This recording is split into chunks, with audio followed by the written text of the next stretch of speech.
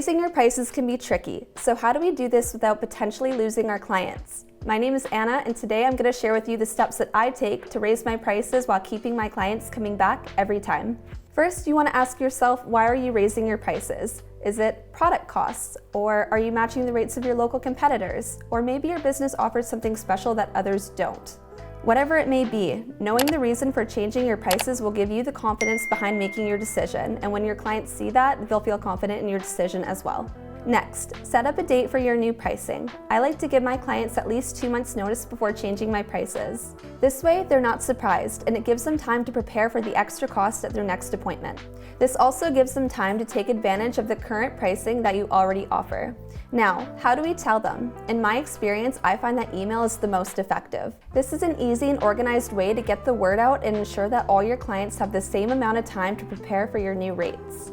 I like to keep the email short, but also kind and heartwarming. Although you want to be firm on your decision and straight to the point, it's important to make sure your clients still feel appreciated. Remember that balance is key. You don't want to jump too high, but you also don't want to undersell yourself. Although price changes don't affect everyone, some people simply cannot afford it. As tough as it is, don't be discouraged if you lose some clients. This will give you room to attract a higher paying clientele. Although price changes don't affect everyone, some people simply cannot afford it. As tough as it is, don't be discouraged if you lose some clients. This will give you room to attract a higher paying clientele. Now, no one likes hearing that they have to pay more. However, there is a way we can turn this into a positive. This is not a necessary step when changing your prices. However, in my experience, it has been the secret to maintaining a full clientele.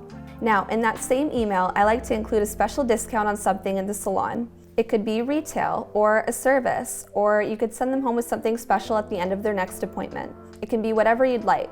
If you already offer other services, then giving your client a discount on a service of their choice is a great option. This could potentially lead to extra monthly income.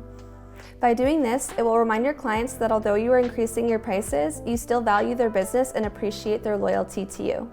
Raising your prices is never easy, but likely your clientele cares about the success of your business and will support you no matter what. Thanks for watching. If you have any tips on how you raise your lash prices, we'd love to hear them in the comments below. Don't forget to like, comment, and subscribe. See you next time.